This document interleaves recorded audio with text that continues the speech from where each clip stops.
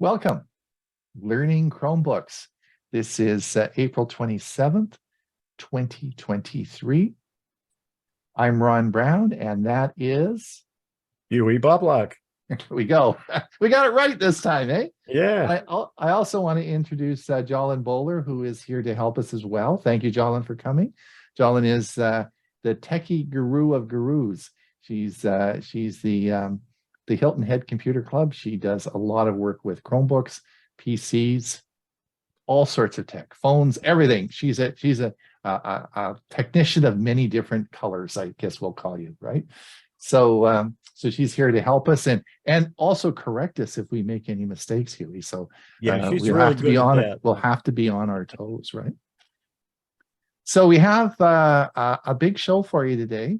We have basically 2 videos for you that we've made. I guess we've got everybody is in.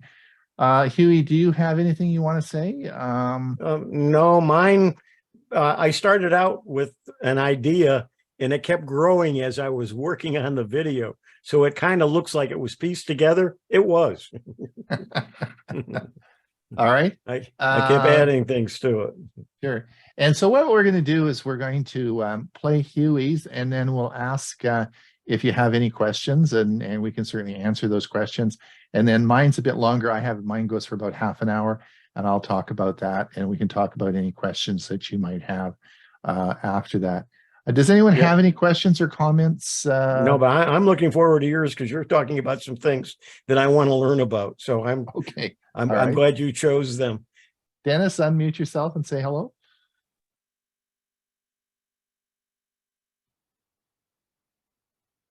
Dennis, you have to unmute yourself. Hit the space bar and unmute yourself. You're muted. How's now? Yep. Okay. I didn't think of this 15 minutes ago when you were asking different questions, but on my Chromebook, I know it has a small amount of storage space on it, and I usually don't store things on it, but I have been, I want to know, how can I tell how much storage space I've used up or I have left on it? I know how to do that on a laptop. I don't know how to do it on the Chromebook. All right, that's a real easy. It's just too bad I don't have mine connected. That's an easy one, but we'll let's address that. So how do we look at how much memory is left? Okay, we can do that. After the videos, I'll pipe up. Yeah. I'll give some help with that, definitely. Can you do that? Jolly, can you log in? I can't log in. I don't know what's wrong with my Chromebook today. I have it right on my desk. Chromebook? I'm logged in on my Windows machine. I'll try logging in on the Chromebook. I'll be coming in as strange days. Okay. All right. Okay. Because we just need a Chromebook hooked up and then we can see it. But I can't seem to get mine on today. All right. All right, Huey, why don't you go ahead and we'll work on that. If no one has any other questions, we'll go ahead and get your video going. And give me a second here to get set up.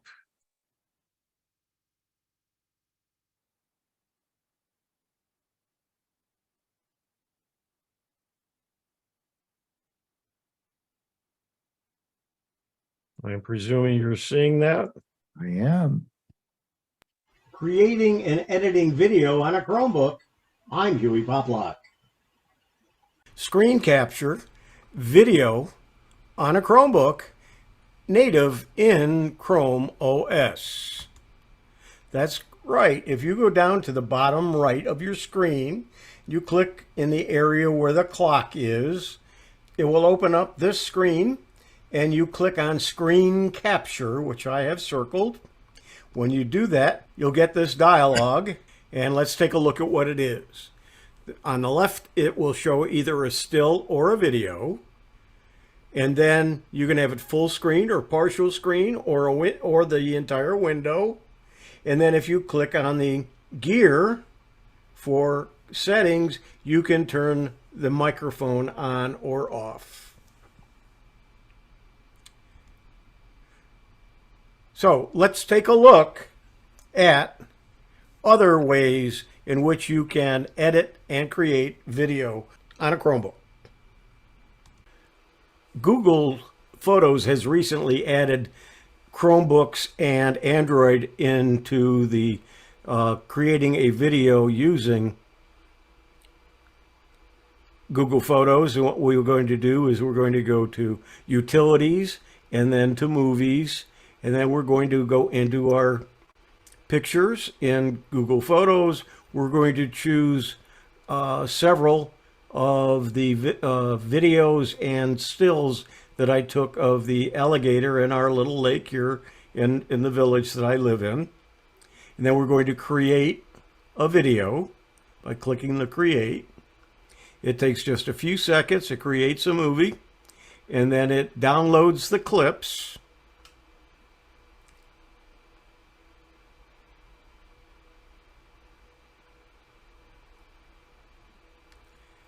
And it's downloaded the clips. You can see each of the clips there. You can reorder them. You can do some, extend some of them and that sort of thing.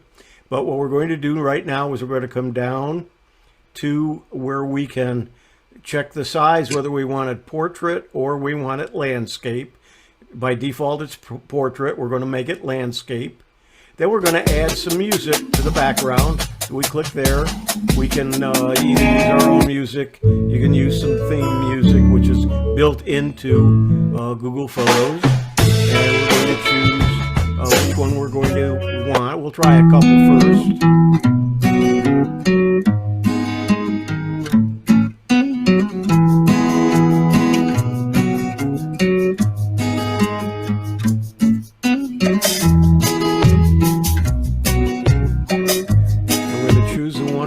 The magic marker. We're going to come up, we're going to click the check mark. Then we'll backtrack it. And we're going to save it. While it's saving, we're going to go take a look at one we did earlier, because it takes a little while to render the video. So while we're doing that, we'll look at another one that I took. Some pictures of an event over the weekend.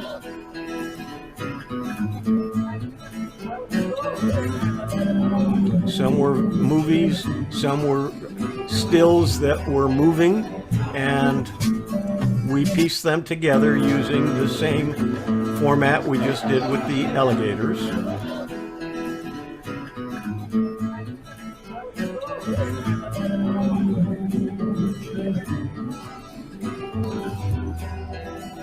We'll go ahead and stop this.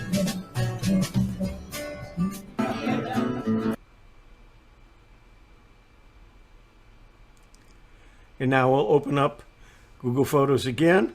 We're going to then go out and take a look to see if our video is ready. As we come down here, we can see that it is. So we'll click on it.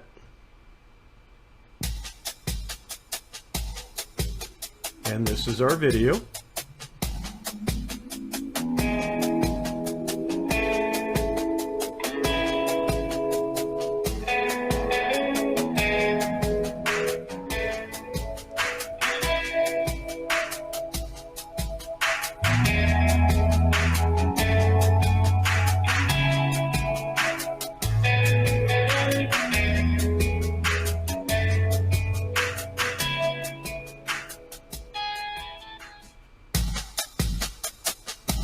I got some pretty good shots of that gator.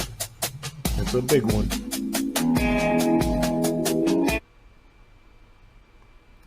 And that's how you create a video from Google Photos. Creating and editing video on a Chromebook. I'm Huey Poplock. The first of two video editing and creating programs that I'm going to talk about is LumaFusion, and there is their address to find it online. Android users have long been envious of iOS users for their access to better apps. Just try finding a suitable GarageBand alternative on Android. But now there is good news for Android and Chrome OS users. LumaFusion, a popular and powerful video editing app for iOS, is finally available on these platforms.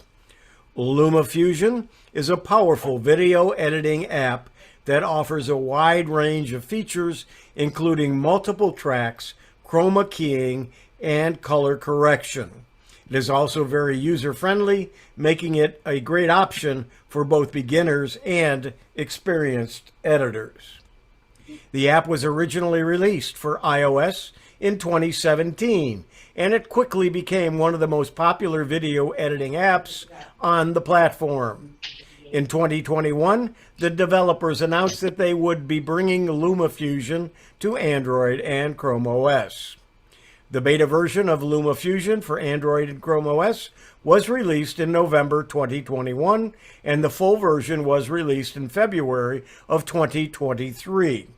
The app is available for purchase on Google Play Store and the Samsung Galaxy Store. LumaFusion is a great addition to the Android and Chrome OS app ecosystems. It is a powerful and user-friendly video editing app that is sure to please both beginners and experienced editors. Here are some additional details about LumaFusion. It supports up to 12 video and audio tracks, as well as chroma keying and color correction. It has a user-friendly interface that's easy to learn and use. It's compatible with a wide variety and range of Android and Chrome OS devices. It's available for purchase for $30. If you're looking for a powerful and user-friendly video editing app for your Android or Chrome OS device, then LumaFusion is a great option. Here are the requirements to run a LumaFusion on a Chromebook. The Chrome OS version has to be Android 11 or higher. The CPU needs to be an Intel i3, i5, or i7, 11th generation or above. The RAM needs to be 3 gigabytes or more. Storage should be 16 gigabytes or more, and more is the key word there. The screen needs to be at least the 10.1 inch or larger, and the graphics should be the Intel UHD Graphics 620 or better. If your Chromebook meets these requirements, you should be able to run LumaFusion without any problems.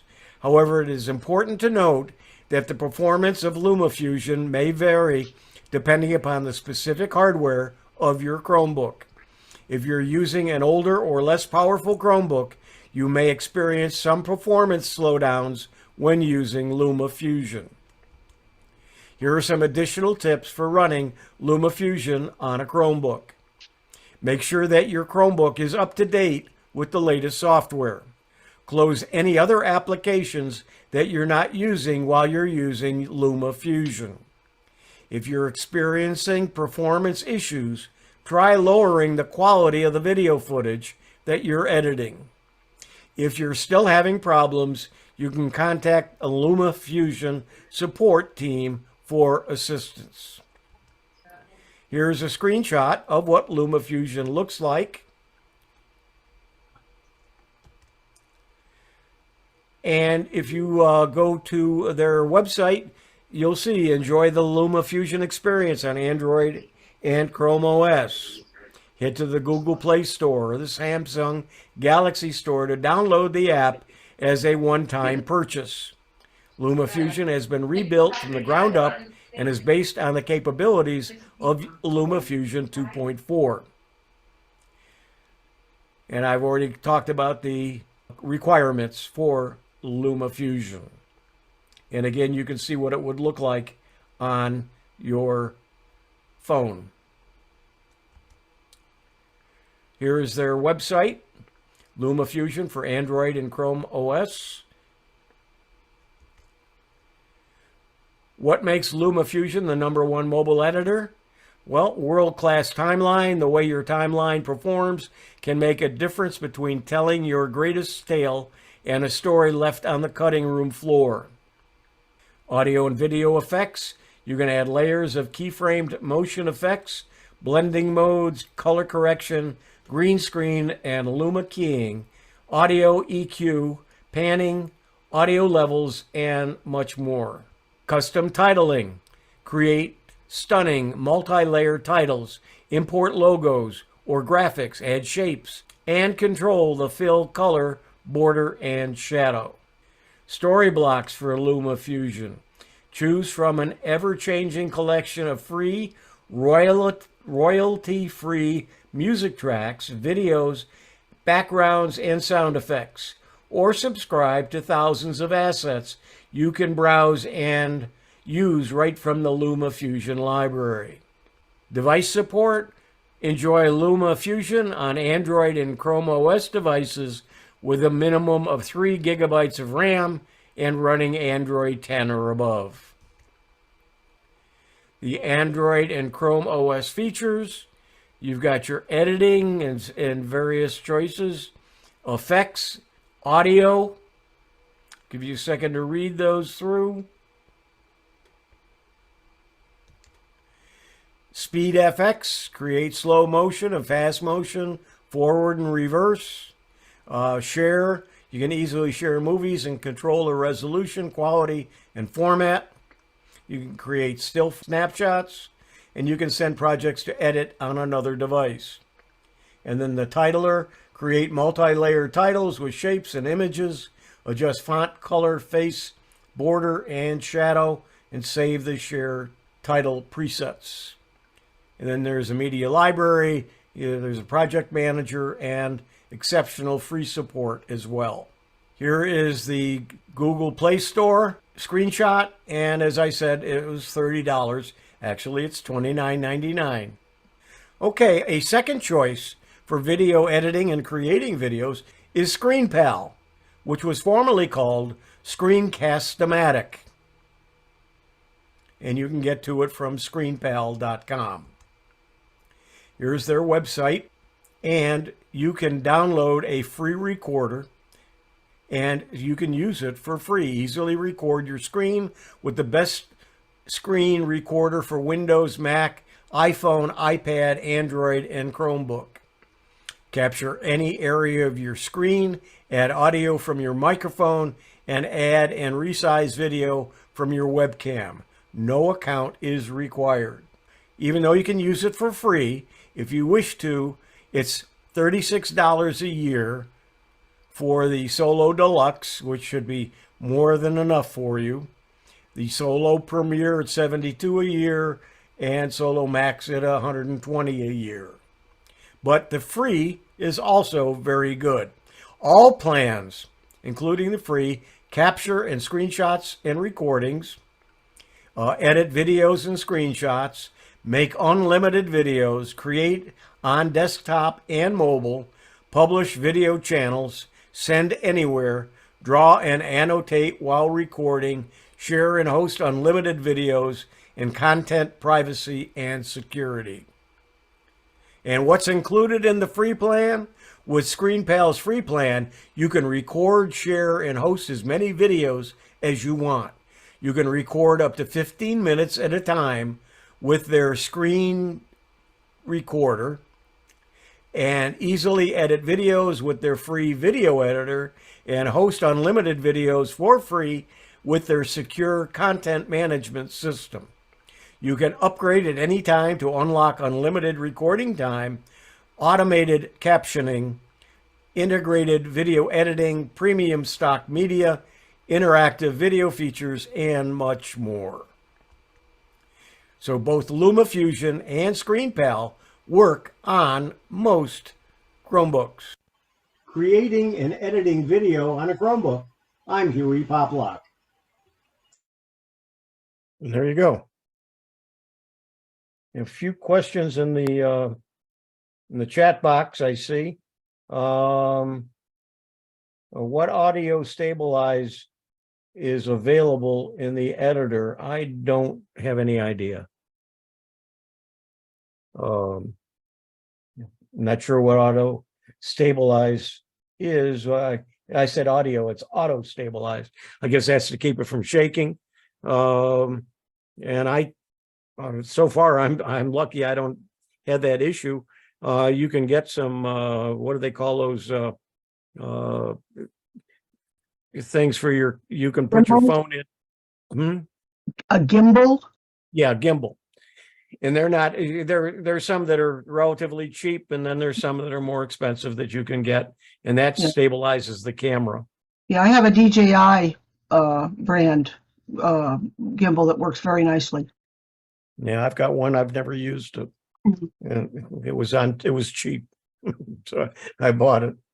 And then it says, Huey, you have Chrome OS Android version 11. The Android version is what's important, because if you've got a Chromebook, you should be keeping it up to date. Right. So it So- doesn't matter which. Okay. So just make sure Gotcha. you're up to date and you're It says- fine. It said But Chrome it's- OS colon Android 11, and I'm going, wait Yeah, a minute. Yeah. It's the Thank you. Android version that's important. That's important. Thank you. And then in one of them, in one of the videos that I looked at and websites where I was looking at what was required, one said 10, one said 11. So I guess you're probably all right with 10. But if you got a real early version of Android on your machine, you may have, Probably won't work. Yeah. it probably won't work. But the Screencast-O-Matic, which is now ScreenPal, Bob used heavily and still uses a lot for a lot of his videos, and I use it as well on my Chromebook. It works very nicely, Excellent. and I've I not do had most any of mine issues with on it. yeah, I do most of mine on the Windows anyway. So, but it's Mhm. nice to know that those features or tools are available. Well, if I want to demonstrate something on a Chromebook, I record it using Screencast-O-Matic right on the Chromebook. Exactly. Or you can use the built-in one. It's not bad either. It This depends is on what you're going to be I doing. have used. Yeah, I have used that. Any other comments or Yeah, questions from Dennis anyone? has a question about so one of the requirements is that you are on the latest Chrome OS, but doesn't the Chromebook always update itself automatically? Yeah, you can shut that off though. Yes, it will. If there is an update, and I haven't done it, yes, it will notify me that there's an update. But I just go in to settings and down to the bottom about Chromebook and check to see if there are any updates. That's Yeah. how so it may not it may not it doesn't always announce that there's a new one available to me. That's all I'm Yeah, saying. and the other problem is that if you just put the lid down when you're done with it and shut it off, it may not have the time to do the update.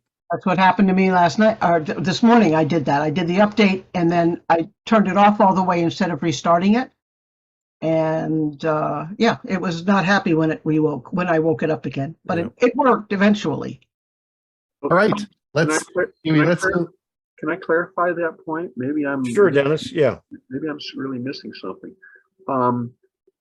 I occasionally do see those messages say another update is available. Right. But I never click on those because I always thought that when I'm done using my Chromebook and I shut it off and I shut the whole thing off, next time I open it up, it's automatically putting in the latest update. Is that not the case? Dennis, just to clarify that, you are correct. There are two copies of the Chrome OS on your Chromebook, and the primary, it's always the secondary copy that gets updated. So it updates it in the background so you don't know that it's happening. The switching from the primary to the secondary copy occurs when you turn your computer off. All right. Okay. In other words, when you reboot it, it will switch it and you won't know that. It just switches it. Well, the problem is if you're like me and I'm a lid closer, I just close the lid, it doesn't ever turn the machine off. Right. So if it doesn't turn it off, then it's not going to switch the copies. Right. So you need, if you're a lid closer, do like Jolin, hit the button and manually update it. If you power your machine off, it will automatically put the new copy in for you. If I do hit the button, which I never have, to say, yeah, do the update. Yeah, it'll do it. Does that But what happens? Does What it shut the happens? machine off and repower it, or I've never hit it? No. It'll restart the system. Yeah. What will happen is if it's there and it's waiting to be installed and you haven't actually done it, you just click yes, redo it, and it'll reinstall it. But it doesn't turn it off. It just reboots it, and it'll work for you. All right. Well, we want to move on now, and because we're gonna run out of time, so let's move on. I'm just gonna move on to my video now. I'm going to mute everybody, and we will start the video.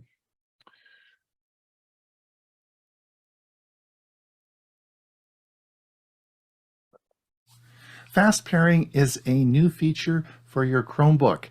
This is very important that you understand this because it will make life a lot simpler when you're trying to pair peripheral devices to your Chromebook or your tablet or your phone. So let me explain how this works. In this diagram, you'll see that we have your Google account at the top. That's the big G that you see there. In this demonstration, we have 3 devices.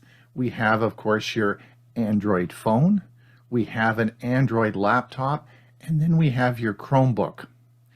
Now, you've just bought some earbuds and you want to make sure they work with all your devices. Traditionally, what you've had to do is you've had to take your earbuds and pair them to your phone. You then have had to take them again and pair them to your tablet. And then you have to take them again and pair them to your Chromebook. Let's look how it will work now with fast pairing. You're going to take your earbuds and you're going to pair them with your Android phone. So you'll go through the traditional pairing approach that you do where you have to pair your earbuds to your phone. And I'll be showing you how to do this on your Chromebook in a moment, but you're going to go through the traditional Bluetooth pairing. And so now you have your earbuds in your ears and you can listen to your music from your phone. Here's where fast pairing changes. What happens is that with fast pairing, the information is sent to Google. Google, of course, is your Google account, and your tablet and your Chromebook are already connected to the same account. So now you come along and want to use your earbuds on your Android tablet.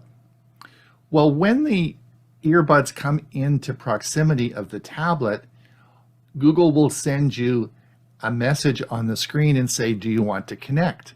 And you just simply say yes, and boom, you're connected. No more pairing, because it already knows that it's paired to your phone, and your phone is one of your registered devices. So now we come to your Chromebook. You take your earbuds and you're in the proximity of your Chromebook. Maybe you're sitting in the chair and you take your earbuds out. And what you'll get is a message on your Chromebook saying, do you want to connect? You simply say yes, and it's done. Now, once you've done it once, you'll never have to do that again. So they will just automatically connect to your peripheral devices. This makes it much easier, and you don't have to pair your buds each time you want to use them with your different devices. Fast pairing is going to save a lot of time and make things very easy for you. Let me just show you now on a Chromebook how to pair a Bluetooth device to your Chromebook, and I'll show you on my Pixelbook how fast pairing works. So let's have a look. Let's look at how fast pairing will work on your Chromebook. But first I want to show you how to connect Bluetooth devices to your machine.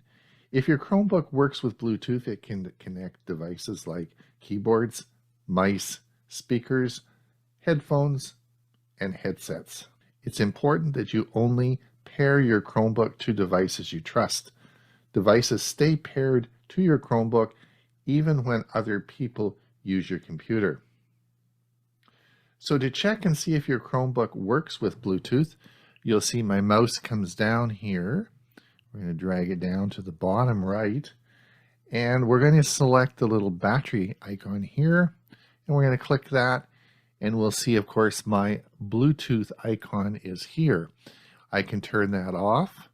Oops, now my mouse doesn't work because it's connected by Bluetooth. Oh well, I still have my trackpad, and we'll turn that back on, and you'll see now that my Bluetooth is now repaired with my mouse. I'm now going to show you how to connect my Pixel Buds to my Chromebook. We're going to connect this via Bluetooth.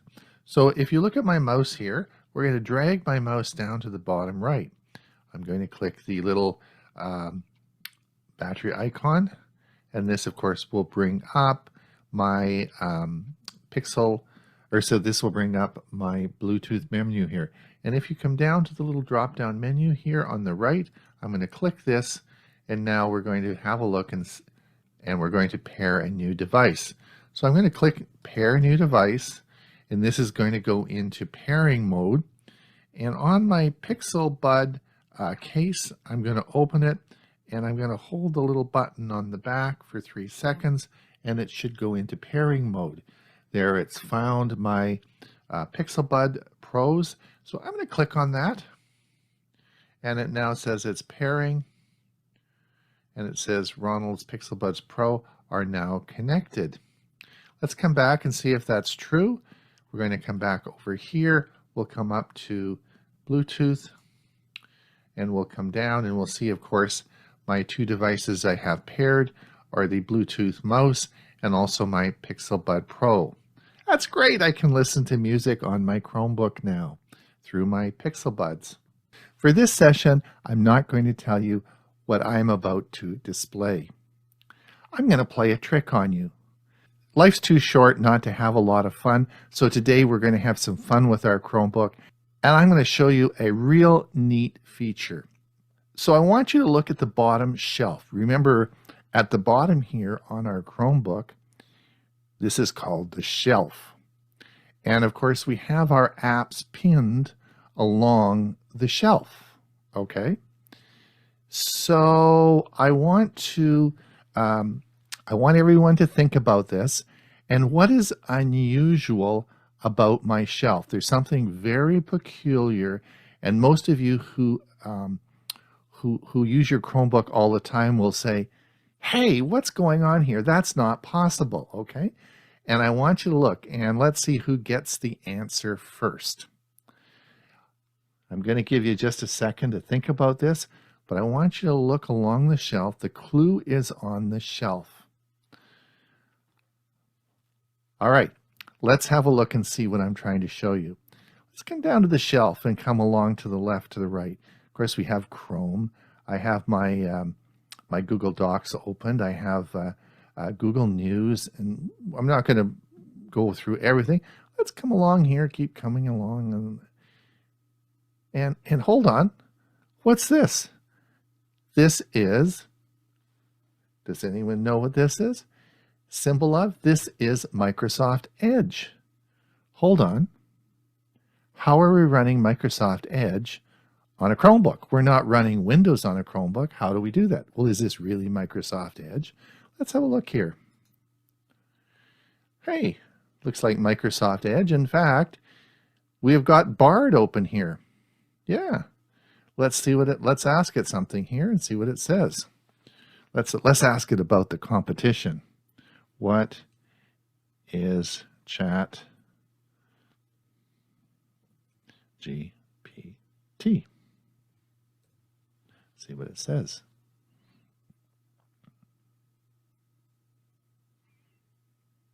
It's searching, it doesn't know.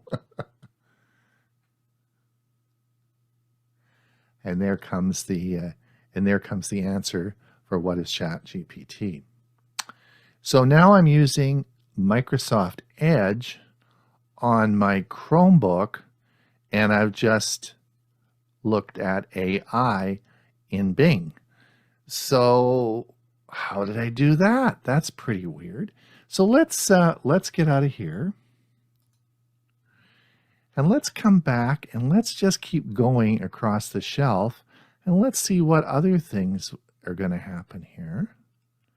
Oh, well, there's one we'll talk about later, but oh, hold on. Firefox. Firefox on a Chromebook? Let's click this. Is it really Firefox? I'll be darned. It is Firefox. Let's see if they can find Tech for Senior.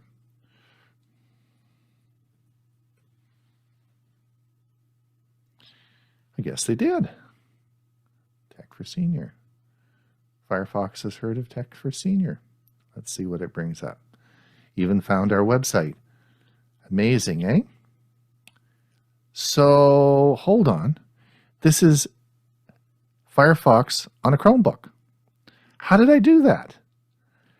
I've now shown you that we've got, let's go to Chrome.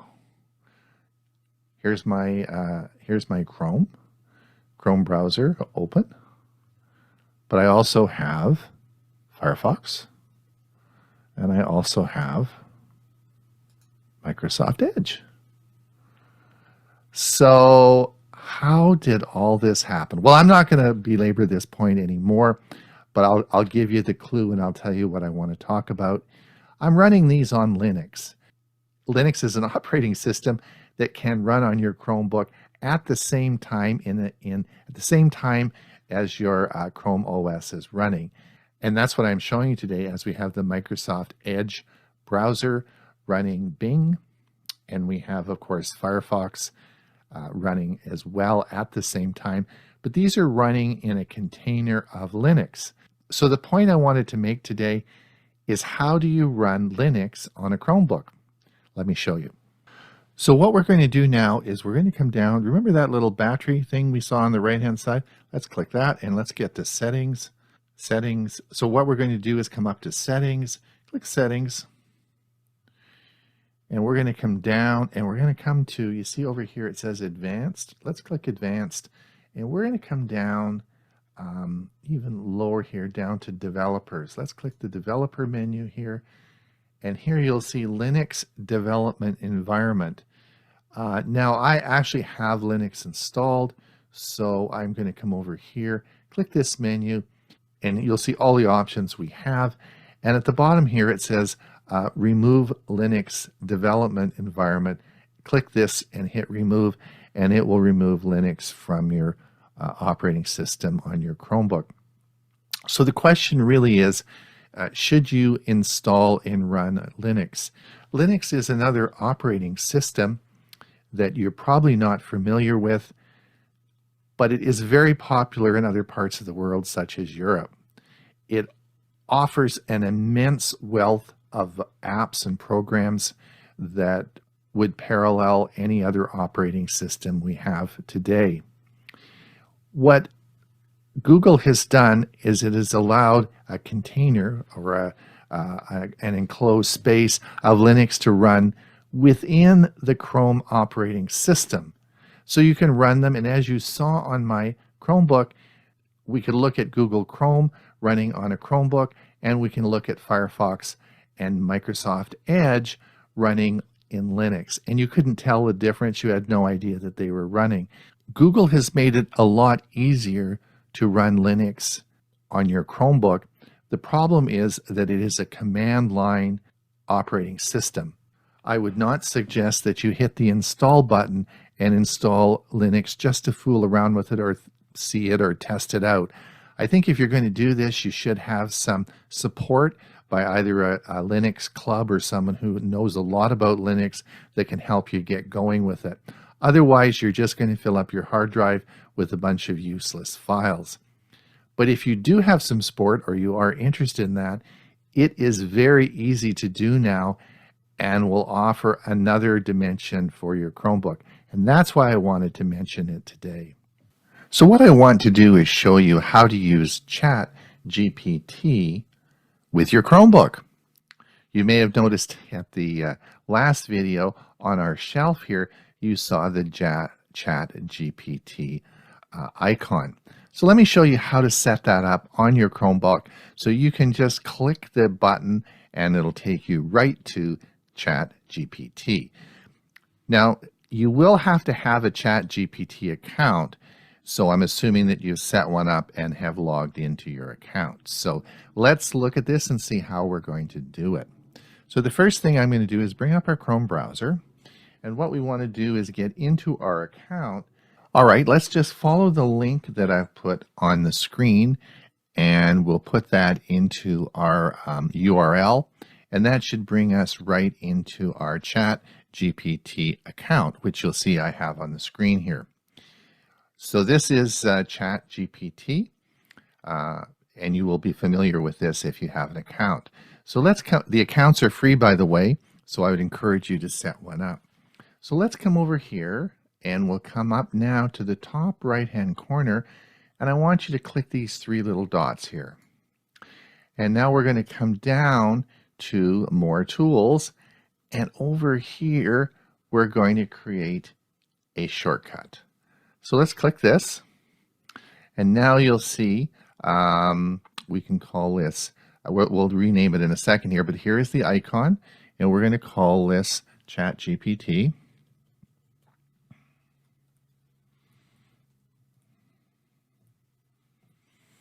And you can either have it open in a separate window if you click this, or you can have it open in your existing window, and then we're simply going to create it. And I'm going to click the Create button here, and that's going to create an icon for this, and that of course is going to be found in your launcher. So let's have a look at where we'll find it. We're going to come down here now, and we're going to come over here to the left, and we'll open this. And as we come down here, we're going to see that of course we have ChatGPT, and here is the icon that's going to launch us.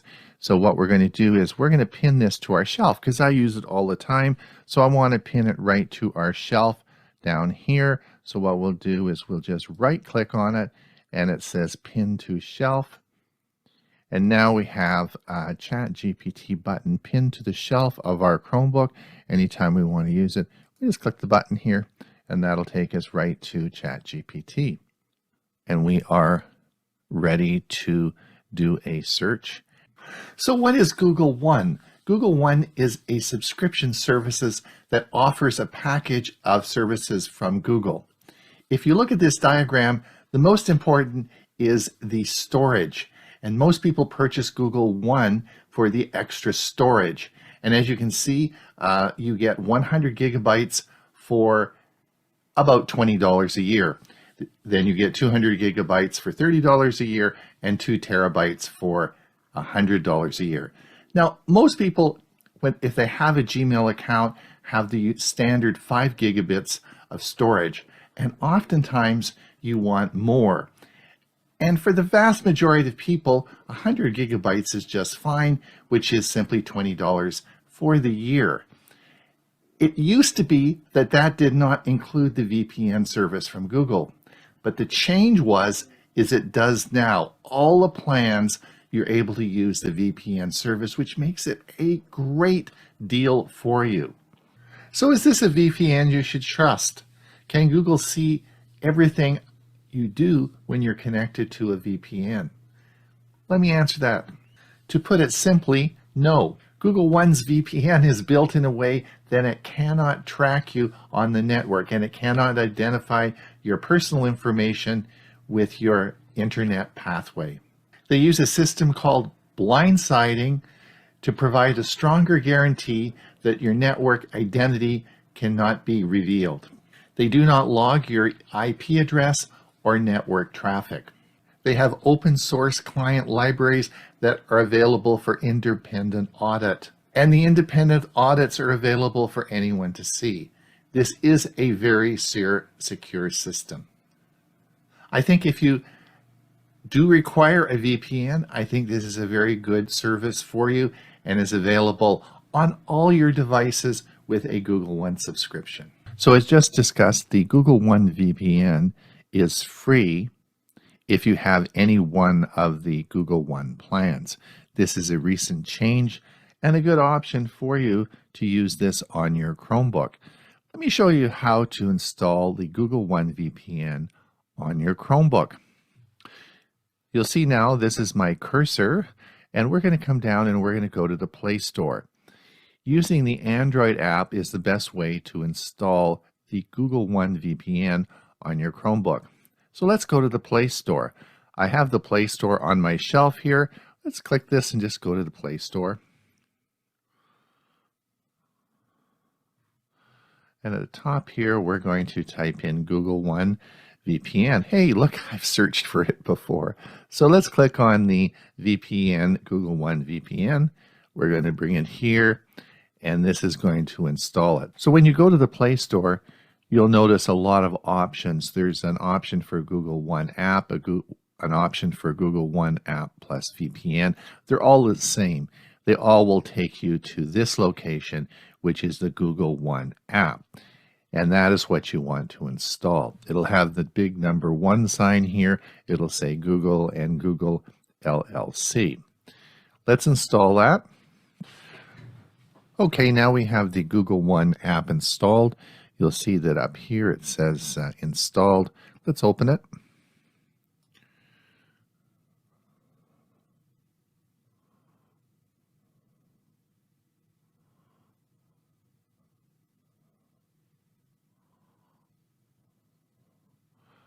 Click Get Started.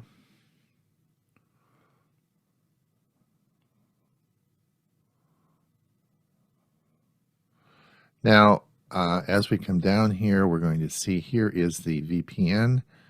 And what we're going to do is click Get Started on the VPN.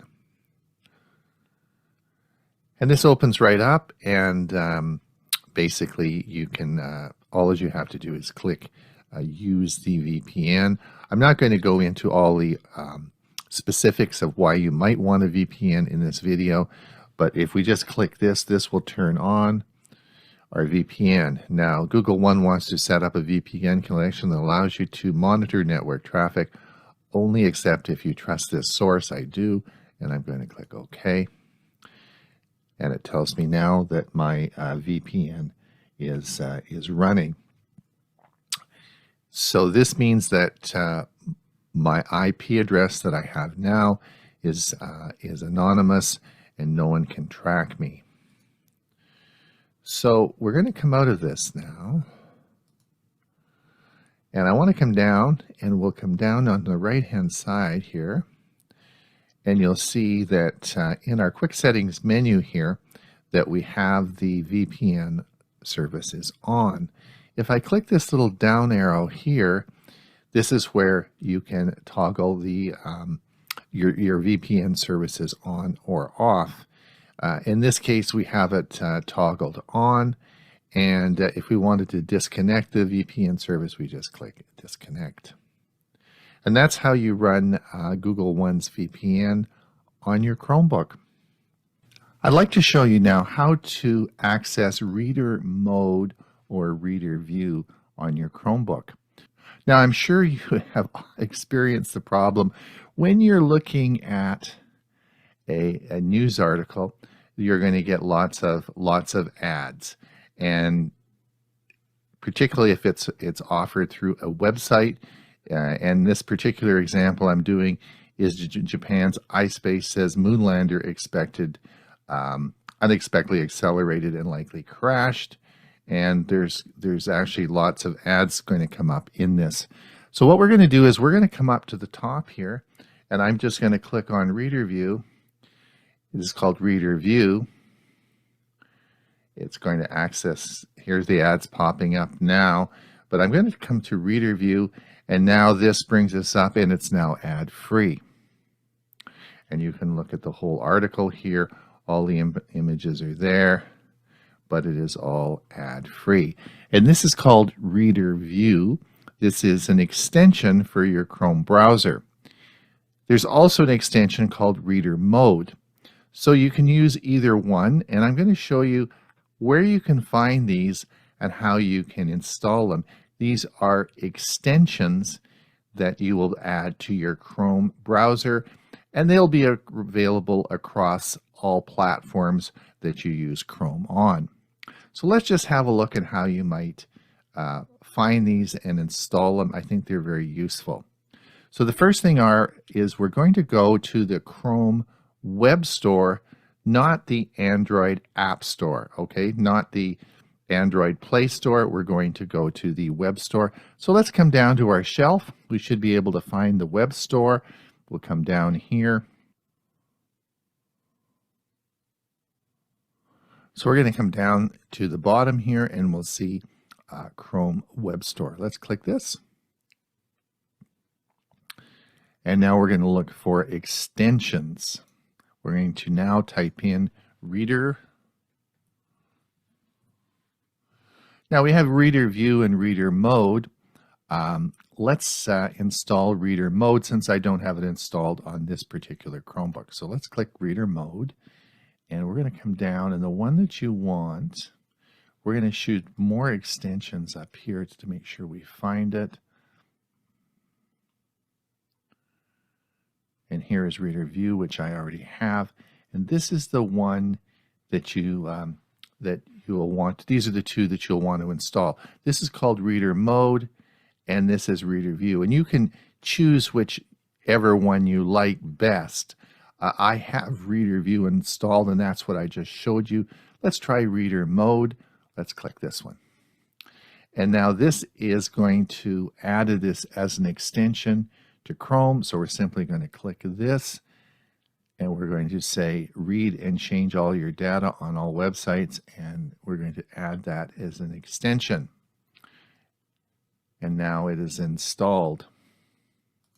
And if we come up at the top here, we're going to see, oops, this is reader view. Where did that extension go?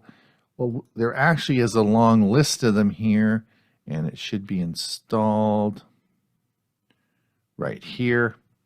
And that's the icon symbol you'll see. And we're going to click this and pin it to the top, so we now have this at the top. All right, let's come back to that article we were looking at. We'll come back to the original. This is where it is, and now we're going to click reader mode. And here it brings it up. And again, the article is without any ads. So you can choose between the reader mode and reader view, whichever one you like best. Now, if you come down to extensions, let's come down and do more tools, and we come to our extensions menu. This is where you can toggle them on or off. And let's come down to reader. And here we are. We've got both reader view and reader mode on. I don't see any reason why you'd want to use both of these. So you can choose whichever one you like. And you can just, if you want to toggle it off, let's take reader view off. We'll just turn this off. And as you can see up at the top, it went away. So this is an easy way just to toggle the extensions on or off. And a great way to get rid of all those ads if you're reading news articles.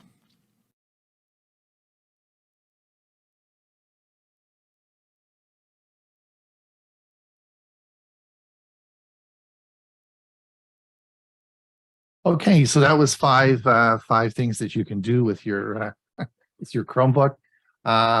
I wanted to address just the question we had before earlier on how to see I did get my Chromebook connected. So Hugh, if you could just give me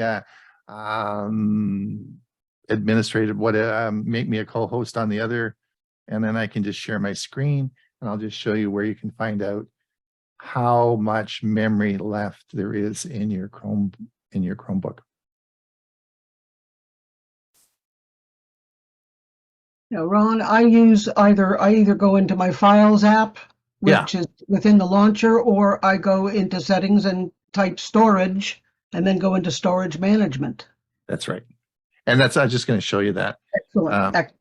Yeah, that's exactly what I would do. Disabled share, host disabled. Huey, can you just, huh? There you go. Okay. All right. Entire screen, share. Oh, I see. Yeah, there we go. And you have me sharing now, and we'll come to the files menu, which is down here on the bottom. You'll see files, and this will bring up my files menu. And I just come up here to the top, right to the three-dot menu. Yep. And there's where it tells you it's 55.9 gigabits available, and that tells you right there how much is left. But if you want a little bit more in depth, you can go into settings, storage management, and actually see what's in use, how much, if you can clear any of the, the unnecessary, what do they call it? The temporary data. Right. So if we come over here and we can come into I just type search. I just use the search and just type storage in the search setting at the top. And Go to the top. Go to search, the little search box at the top.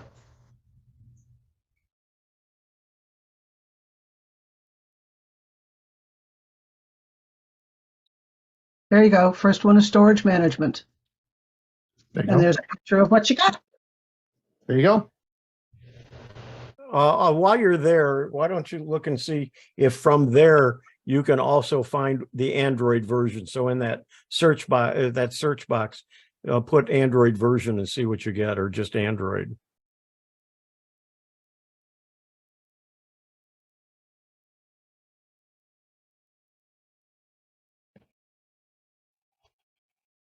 Click on Android preferences.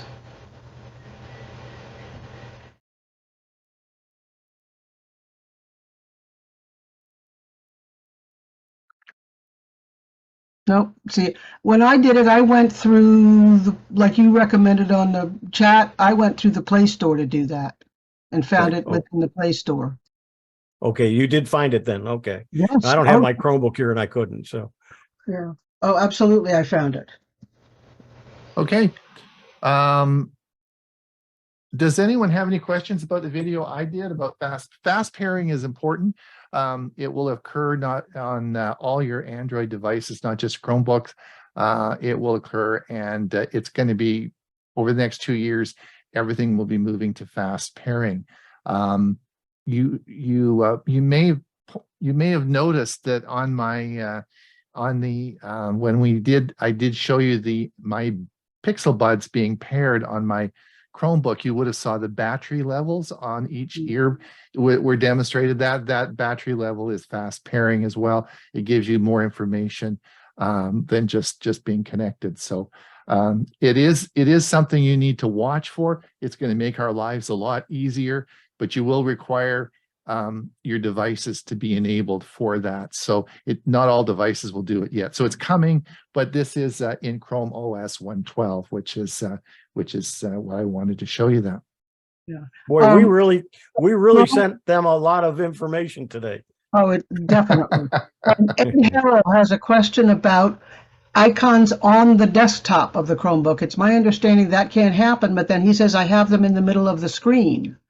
So he's probably thinking of the Chrome browser, not the Chrome. He's probably got them on the Chrome browser, as a tile on the Chrome browser rather than actually on the Chromebook. No, the Chrome. There's nothing. Chrome desktop. There isn't any icons on the Chrome desktop. That's right. Everything's either pinned to the shelf or in the launcher. Correct. Yep. Right. Okay. Right. So I just wanted to clarify that for Ed if he was. Right. Now I did show you today. This will be out today. This video that I've made will be out later this week on our YouTube channel. And it will also, when we'll be sending this out later today or tomorrow, a copy of this video. There's a lot of information in those Great videos. information. Yeah, and I don't appreciate everybody to be taking notes and trying to get it all done. So we'll send you the links, and as we have in the past, and you'll be able to watch this and play it again. A lot of that is reference information for you, and I think that it's play it around and have some fun with it. Yeah, I'm going to need to watch yours because I was trying to do other things and couldn't give you my total attention. And mine is already up on my right on my channel, and it'll also be part of the shows on the Tech for Senior channel. Right. Now, the thing about chat, the example I gave you with Chat GPT could be used for any site you want, right? You can make a shortcut and put it on your, so practice that, because for that specific purpose, if you're going to websites all the time and you want a shortcut to that specific site, you can do exactly the same thing I showed you with Chat GPT on any site, right? You just make a shortcut and then pin it to the shelf. It's super easy to do, and that will get you get you going. Now, there is a distinction to be made between ChatGPT does not have an app. What I showed you was just a link to the website because there is no ChatGPT app, right? Maybe sometime in the future, we'll have a progressive web app that ChatGPT has, and you can download that onto your Chromebook, and that'll be an app. But it's not. It's just a shortcut to that website. Barbara asks, is the chat included in the recording? And it is not, but if you go to the bottom of the chat box, there is 3 dots. Click on the 3 dots, and the top one will say save chat. It'll save it to your local drive, and it'll on Windows, it saves it to a folder under documents called Zoom, and then a subfolder with today's date and the fact that it's learning Chromebooks. And if you did it earlier, it doesn't automatically update. You've got to update it yourself. Yeah, Gerald just had a comment that he put in there about the Linux creates a special folder that puts your apps in the folder. And I will say that's really interesting. Now, I really don't want everyone to hit that button and install Linux if you're not serious about it, because it's just going to you'll get confused. Yep. But I hadn't done it for a while, like probably a year ago when so when I recently did this for this demonstration, it's truly amazing how much they have done to make it easier to do. And they've actually even got a bit of some menuing in there, and they're getting really good at this. So if you have an interest in it, it is pretty cool. But you are going to need some help. And if you're a newbie on computers or Chromebook, and you really need some help with it, so just don't go and dump a bunch of files that you don't need onto your Chromebook. But it is really interesting. Do you have to know about Linux? It's getting less and less so. You need some help to install the graphical user interface. There's one it's all command line stuff, right? But it's almost there. What they need to do is have it automatically install the what we call a GUI, which is the graphical user interface, which will allow you to have menus where you can just push the buttons and it works, right?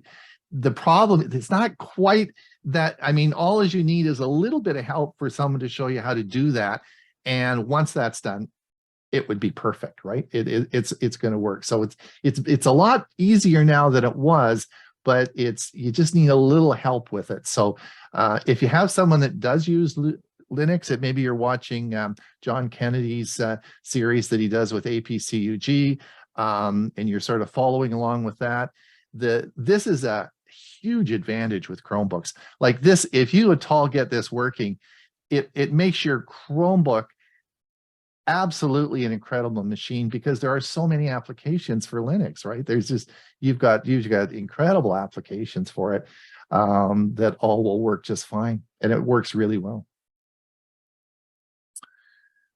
Okay, we're over time-wise. We're over, but yeah, well, we knew that was going to happen. We knew, yeah.